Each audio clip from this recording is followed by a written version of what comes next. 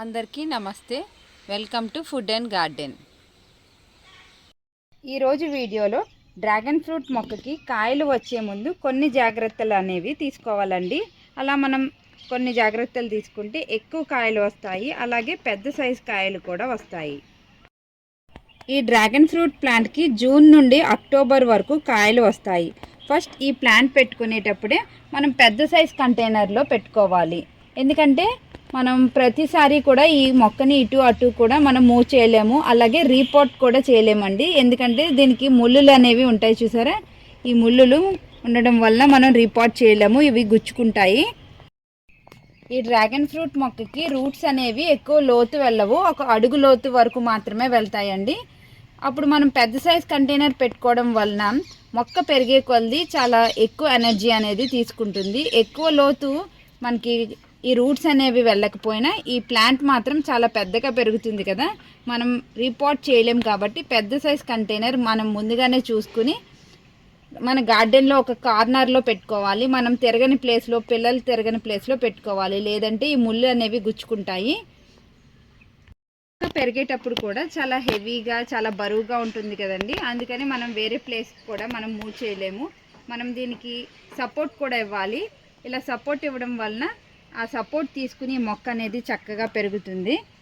ఈ మొక్కకి జూన్ నుంచి కూడా మనం స్టెమ్ కటింగ్స్ అనేవి చేయకూడదండి. ఇక్కడ చూసారు, ఈ సైడ్ నుంచి మనకి ఇలా సైడ్ బ్రాంచ్ వచ్చింది కదా, దీన్ని ఇలా కట్ చేసి, స్టెమ్ని కట్ చేసి మనం వేరే పాట్లో రీపోర్ట్ చేయడం కానీ, లేదంటే ఎవరికైనా ఇవ్వాలి అన్నప్పుడు ఈ స్టెమ్ కటింగ్స్ చేస్తూ ఉంటాం కదా, అలా జూన్ నుంచి అక్టోబర్ వరకు మాత్రం మనం స్టెమ్ కటింగ్స్ అనేవి చేయకూడదు. అలా చేసామంటే మనకి కాయలు ఎక్కువగా రావు.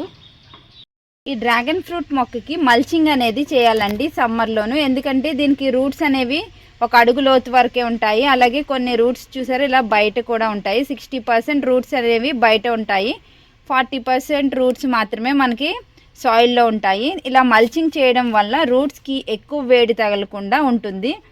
ఇలా మల్చింగ్ చేస్తే సాయిల్ కూడా చక్కగా మాయిశ్చర్గా ఉంటుంది. అలాగే దీనికి ఓవర్ వాటర్ కూడా చేయకూడదు. ఎక్కువ వాటర్ చేసామంటే చూసారా ఇలా ఎల్లో కలర్లోకి అయిపోతుంది. ఇలా అయిపోయినాక పర్వాలేదండి, మనం వాటర్ కొంచెం తగ్గించి ఇచ్చామంటే సరిపోతుంది. 4 డేస్కి ఒకసారి వాటర్ చేస్తే సరిపోతుంది. దీనికి మల్చింగ్ కూడా నేను ఎండాకులతో చేశానండి. మన గార్డెన్లో వేస్ట్గా పారేసే ఎండాకుల్ని యూజ్ చేసి దీనికి మల్చింగ్ చేయొచ్చు. లేదంటే మీకు బనానా తొక్కలు ఉంటాయి కదా, వాటిని ఎండబెట్టేసి వాటిని కూడా మల్చింగ్ లాగా వాడుకోవచ్చు.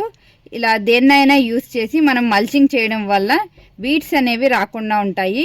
వీడ్స్ రాకుండా ఉంటే మనకి డ్రాగన్ ఫ్రూట్ మొక్క కూడా చక్కగా హెల్తీగా పెరుగుతుంది. ఈ డ్రాగన్ ఫ్రూట్ మొక్కకి ఇలా మల్చింగ్ చేయడం వల్ల పిచ్చి మొక్కలు, వీడ్స్ అలాంటివి రాకుండా ఉంటాయి. ఒకవేళ వీటిలో మనకి వీడ్స్ వచ్చాయంటే వాటిని రిమూవ్ చేసేటప్పుడు ఇక్కడ ఉన్న ముళ్ళు అవి గుచ్చుకుంటాయి. అలా ముళ్ళు గుచ్చుకోకుండా ఉండాలి అంటే సమ్మర్లో కంపల్సరీగా మనకి మల్చింగ్ అనేది చేయాలి. ఇది ఎగ్షెల్ పౌడర్ అండి.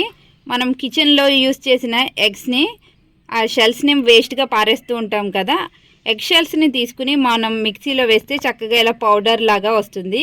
ఇది మనకి మొక్కలకి చాలా బాగా ఉపయోగపడుతుంది. దీంట్లో కాల్షియం ఎక్కువగా ఉంటుందండి.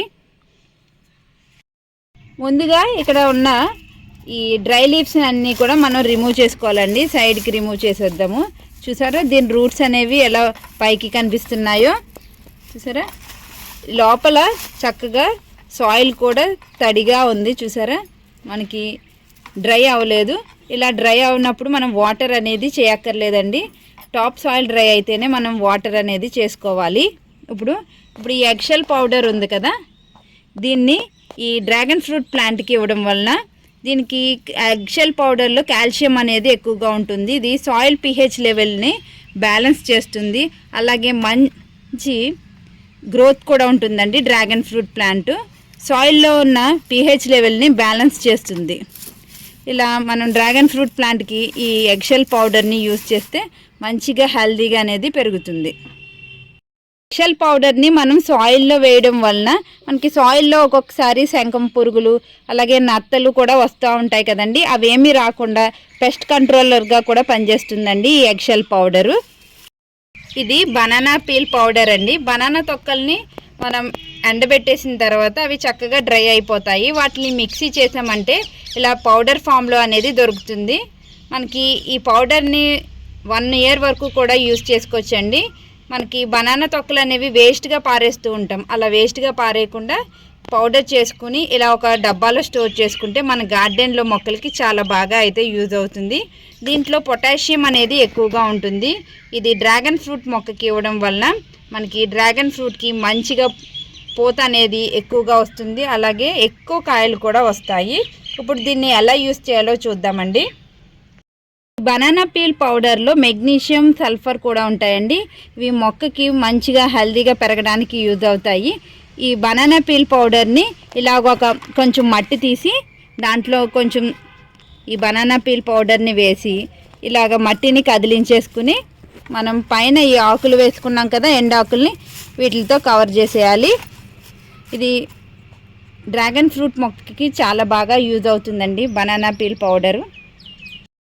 డ్రాగన్ ఫ్రూట్ మొక్కకి కాయలు ఎక్కువగా రావాలి అంటే ఈ టిప్స్ అనేవి కట్ చేయాలండి. మనకి ఈ చివర్లు ఉంటాయి కదా డ్రాగన్ ఫ్రూట్ స్టెమ్కి, మంచిగా నైఫ్ని ఇలాంటి నైఫ్ తీసుకోవాలి. నైఫ్ అనేది స్టెరిలైజ్ చేసుకోవాలి. మంచి ఎలాంటి తుప్పు అలాంటిది పట్టకుండా మంచి నైఫ్, షార్ప్గా ఉన్న నైఫ్ తీసుకుని ఈ టిప్స్ని అనేవి ఇలా 3 ఫింగర్స్తో పట్టుకుని మనం ఈ టిప్స్ ఇలా కట్ చేయాలి. ఇలా కట్ చేయడం వలన మనకి కాయలు వచ్చే టైంలో ఇక్కడ నుంచి ఫ్రూట్స్ అనేవి వస్తాయండి. కాయలు రాని టైంలో అయితే సైడ్ నుంచి మనకి బ్రాంచెస్ వస్తాయి. ఇలా మనం టిప్స్ కట్ చేయడం వల్ల మనకి ఇక్కడ నుంచి మనకి ఫ్లవరింగ్ వచ్చి మంచిగా కాయలు అనేవి పెరుగుతాయి. ఇలాగా మొత్తం స్టెమ్స్ అన్నిటికీ కూడా మనం టిప్స్ అనేవి కట్ చేయాలి. జస్ట్ టిప్ దగ్గర కట్ చేస్తే సరిపోతుందండి. ఇలా మొత్తం స్టెమ్స్ అన్నిటికీ కూడా మనం టిప్స్ అనేవి కట్ చేయాలి. చూసారా, ఇక్కడ అన్నిటికీ కూడా ఇలా టిప్స్ అనేవి కట్ చేశాను. ఈ డ్రాగన్ ఫ్రూట్ స్టెమ్స్కి ఇలాగా ముళ్ళు ఉంటాయి కదండి, ఈ ముళ్ళు కూడా మనం రిమూవ్ చేయాలి. నైఫ్తో కానీ ఇలా ఫింగర్తో కానీ మనం మెల్లగా చేసుకోవాలి, లేదంటే ఇవి గుచ్చుకుంటాయి.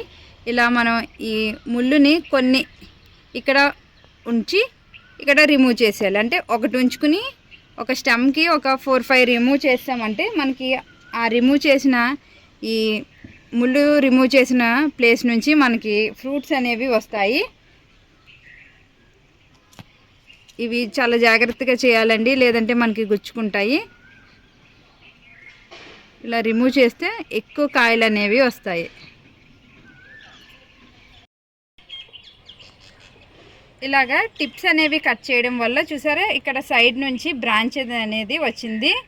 మనకి కాయలు రాని టైంలో టిప్స్ కట్ చేయడం వల్ల ఇలా సైడ్ బ్రాంచెస్ అనేవి వస్తాయి. అలా సైడ్ బ్రాంచెస్ వస్తే మనకి కాయలు కూడా ఎక్కువ వస్తాయండి. చూసారా పైన టిప్ కట్ చేయడం వల్ల అక్కడ ఫ్లవర్ అనేది స్టార్ట్ అయింది.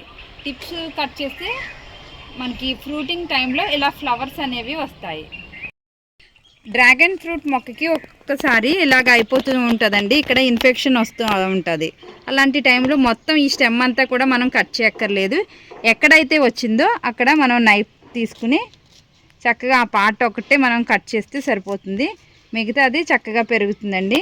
జస్ట్ ఇలా కట్ చేయాలి. ఇది ఇలా రిమూవ్ చేసామంటే ఇది మళ్ళీ చక్కగా పెరుగుతుంది. డ్రాగన్ ఫ్రూట్ మొక్కకి ఇలా మే నెలలో కనుక మనం ఇలాంటి కొన్ని జాగ్రత్తలు అనేవి తీసుకుంటే జూన్ నుంచి కూడా మంచి కాప్ అనేది వస్తుంది. మనకి కాయలు కూడా మంచి పెద్ద సైజు వస్తాయండి. ఇవన్నీ కూడా మీరు ఫాలో అయ్యారంటే మీకు కూడా మంచిగా హార్వెస్ట్ అనేది తీసుకోవచ్చు. ఇదండి ఇవాల్టి వీడియో. ఈ వీడియో మీకు నచ్చింది అనుకుంటున్నాను. నచ్చినట్లయితే లైక్, షేర్ అండ్ సబ్స్క్రైబ్.